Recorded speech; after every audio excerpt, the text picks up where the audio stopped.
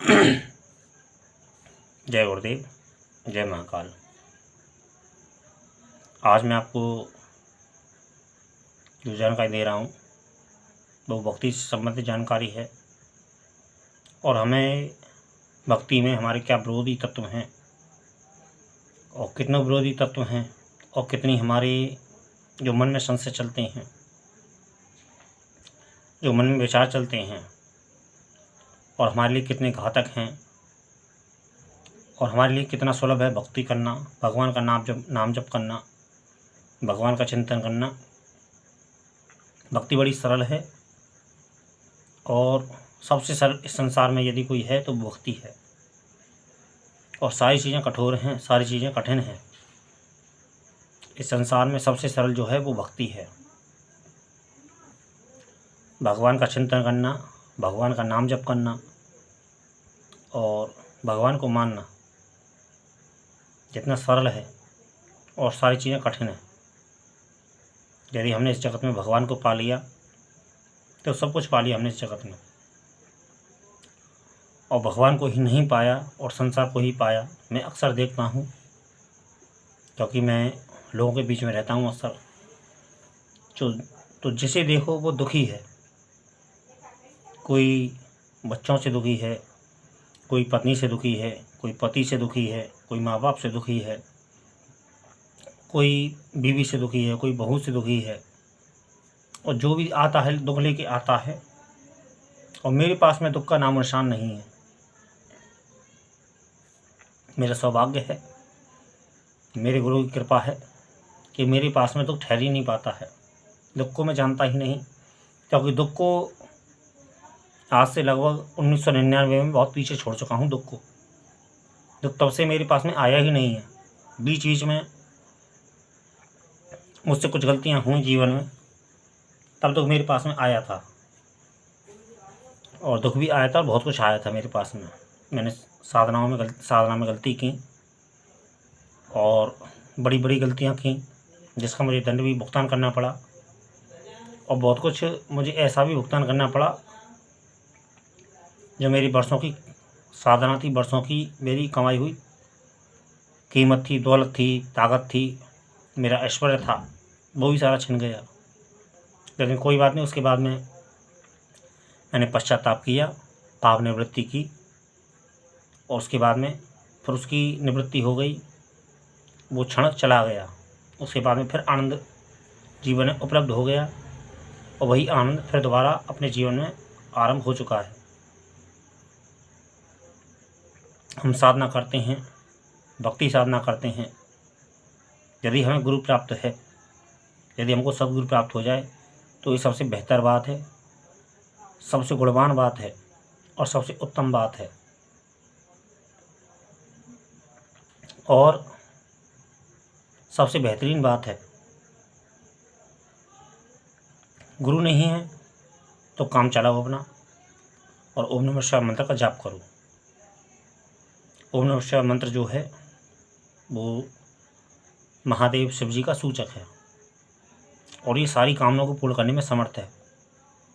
एक ऐसा अनमोल मंत्र है और ऐसा गुप्त मंत्र है और उज्जवल मंत्र है, ओपन मंत्र है, जिसकी महिमा या तो वेद कहता है या फिर से महापुराण कहती है। इस मंत्र में वो सारी खूबियाँ हैं। ये सारी भुक्ति, मुक्ति, योग, जितने भी क्रियाकलाप हैं संसार के, वो मैं सब कुछ देने में समर्थ है। शिव सूचक हैं संसार के और शिव सूचक हैं माया के। शिव मायापति हैं और शिव सूचक हैं संसार के। और शिव ही प्रथम गुरु हैं। हमारे सामने यदि हमको सद्गुरु प्राप्त हो जाए तो वो हमको भक्ति का मार्ग दिखा सकते हैं। लेकिन हमारे अंदर एक संस्कार भी होते हैं, हमारे पूर्व जन्मों की संस्कार और साधनाएं भी होती हैं। गुरु ऐसा कहते हैं और शिव जी ऐसा कहते हैं कि हमें कुछ नहीं चाहिए। गुरु भी यही क्योंकि अनुभवी हूँ मैं, गुरु की सानिध्य में रहता हूँ 24 घंटे। हमसे गुरु जी ने हमारे आज तक कुछ भी चाहा ही नहीं है और कुछ भी लेते भी नहीं हैं। कभी कभी श्रद्धा से हम कुछ भेंट कर देते हैं तो ग्रहण तो करते हैं, लेकिन ऐसी कोई भी चीज़ ग्रहण नहीं करते हैं जो कीमती हो। कोई भी ऐसी चीज़ ग्रहण नहीं करते हैं जो कीमती हो। एक साधारण मानव के लिए जैसे मैं उन्हें सोना दूं तो वो कीमती होता है, तो उसे ग्रहण नहीं करेंगे। तो वो हमसे डांटने लग जाते हैं हमको और हम पे चिल्लाने लग जाते हैं कि तुम हमसे लेने आए हो या पर देने आए हो हमको। गुरु को एक योग्य शिष्य चाहिए, योग्य पात्र चाहिए, जिसमें विद्या ठहर सके। संसार में यूँ तो दुख इंसान को दिखाई पड़ता है, लेकिन दुख है नहीं संसार में। संसार में सुख ही सुख है और आनंद ही आनंद है। संसार में हमारी दृष्टि है, हमारे पास में वो दिव्य दृष्टि नहीं है जो हम संसार में सुख को देख सकें। हम संसार में संसार को ही देखते हैं, हम परमात्मा को देख ही नहीं पाते हैं।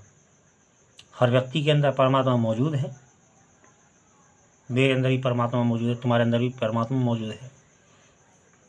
मेरे अंदर चैतन्य परमात्मा मौजूद है, तुम्हारे अंदर सुसुप्त परमात्मा मौजूद है। तुम्हें परमात्मा चाहिए ही नहीं, संसारी व्यक्ति को परमात्मा चाहिए ही नहीं। अभी कहीं डांस हो रहा है, कहीं जन्मदिन की पार्टी हो रही, कहीं दोस्त का कोई भाभी जी की शादी की सालगिरह या फिर शादी की जो एनिवर्सरी बोलते, क्या बोलते हैं उसको, मेरी भाषा समझ में नहीं आती है, उसको जब हम बोलते हैं तो हमें बड़ा आनंद आता है। डांस हो रहा है, वहाँ पे म्यूजिक बज रहा है तो हमें बड़ा आनंद आता है। बड़ा हम उस क्षण में ऐसी परमात्मा को भूल जाते हैं। वो परमात्मा को भूलने के साथ साथ में हम उस क्षण में खो जाते हैं और परमात्मा को हम भूल जाते हैं। यही हमारे दुख का मूल कारण है कि हम संसार में आसक्त हो जाते हैं। फिर हम लेट हो जाते हैं, सुबह लेट जगते हैं, परमात्मा का भजन भी नहीं करते हैं। तो इन बातों से काम नहीं चलेगा, इन बातों से काम नहीं चलने वाला है। संसार मैं वर्तमान में आप लोगों के सामने जिन विषयों को पेश कर रहा हूँ और जिन विषयों को आप लोगों को जना रहा हूँ, ये बड़े कीमती विषय हैं। मेरे जीवन का अनुभव है, जीवन का तजुर्बा है। और भी विघ्न हैं संसार में, साधना के बीच में बहुत सा विघ्न आते हैं। ये तब तक दूर नहीं होंगे जब तक गुरु कृपा नहीं होगी, शिव कृपा नहीं होगी, तब तक ये विघ्न दूर नहीं होंगे संसार में। हम लाख प्रयत्न करें, जब तक शिव की कृपा नहीं होगी, जब तक गुरु की कृपा नहीं होगी, तब तक ये विघ्न दूर नहीं होंगे। उसके बाद में अपनी अंतरात्मा और हमारे अंदर उसको पाने की चाह, उस परमात्मा तत्व को, भक्ति को प्राप्त करने की चाह ना होगी, तब तक ये विघ्न दूर होंगे ही नहीं। एक बात और बताऊंगा तुमको रहस्य की और दुर्लभ, कि हमें संसार में त्यागना कुछ भी नहीं है। संसार में त्यागने के योग्य कोई वस्तु है ही नहीं। सब संसार परमात्मा की बनाई हुई वस्तु है, वो हमारे अधिकार में आती है। ये हमारे अधिकार में आने के साथ साथ में ये हमारे लिए उपयोगी होती है। लेकिन बहुत से संत कहते हैं अपनी अपनी परिभाषा होती है, ईश्वर एक है, लेकिन हर संत उसे अपनी अपनी परिभाषा में अलग अलग व्यक्त करता है। लेकिन ईश्वर एक है। हर तत्व, जितने भी तत्व है संसार में, जितने भी जड़ है, चेतन है, सब में ईश्वर समाया हुआ है। ऐसा कहते हैं कि कण कण में परमात्मा व्याप्त है, जर्रे जर्रे में परमात्मा व्याप्त है। तो उसका क्या अर्थ होता है? अर्थात जर्रे जर्रे में यदि परमात्मा व्याप्त है, कण कण में यदि परमात्मा व्याप्त है, तो वो हमारे लिए उपयोगी है वो चीज़। सर्वप्रथम अपनी वृत्ति को देखें, हमारी वृत्ति क्या है? हमारी साधु प्रवृत्ति है कि संसारी प्रवृत्ति है? संसारी कोई परमात्मा सुलभ है और साधु कोई परमात्मा सुलभ है। शर्त केवल इतनी है कि हमें उसको स्मरण रखना है, ध्यान करना है, जप करना है और उसी के लिए निमित्त रहना है। हमें 24 घंटे हमें संसार भोगना है। संसार त्याज्य नहीं है, संसार को त्याज्य नहीं, संसार त्याज्य नहीं है। संसार भोग, हम संसार हमारी उपयोगिता है। इस शरीर की आवश्यकता है, शरीर है और सर्वप्रथम इस शरीर की आवश्यकता है भोजन सर्वप्रथम। तो आज के लिए इतना ही, और